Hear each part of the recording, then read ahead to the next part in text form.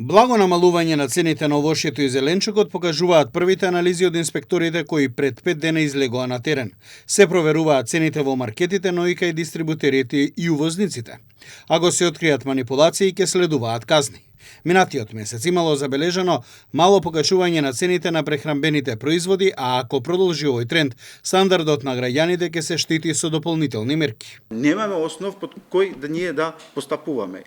Да, ќе го анализираме до крајот на овој месец ситуацијата. Може да ја намалиме ДДВ за прехранбените производи.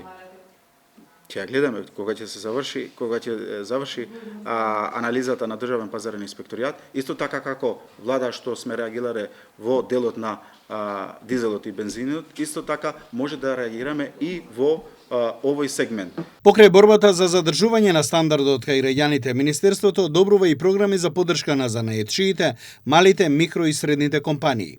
Ке се кофинансираат 40% од трошоците за набавка на нови машини и алати, но не повеќе од 200.000 денари од барател. Министерството за економија и труд продолжува со конкретна поддршка на домашната економија, малите бизниси и преработувачката индустрија, со јасна цел поголема конкурентност, модернизација и отварање можности за раст и развој.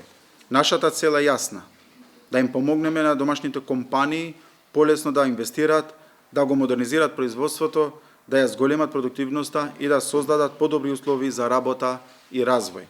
Покрај ова, државата ќе објави јавен повик за надоместување на дел од трошоците за воведување, имплементација и сертификација на стандарди во преработувачката индустрија. Ке се кофинансираат 70% од трошоците до максимум 200.000 денари од компанија. Државата ќе ја зајакни соработката помеѓу компаниите од преработувачката индустрија и универзитетите преку реализација на заеднички проекти. За оваа мерка се предвидени 5 милиони денари, ако финансирањето ќе изнесува 70% од трошоците, но не повеќе од 500.000 денари по проект.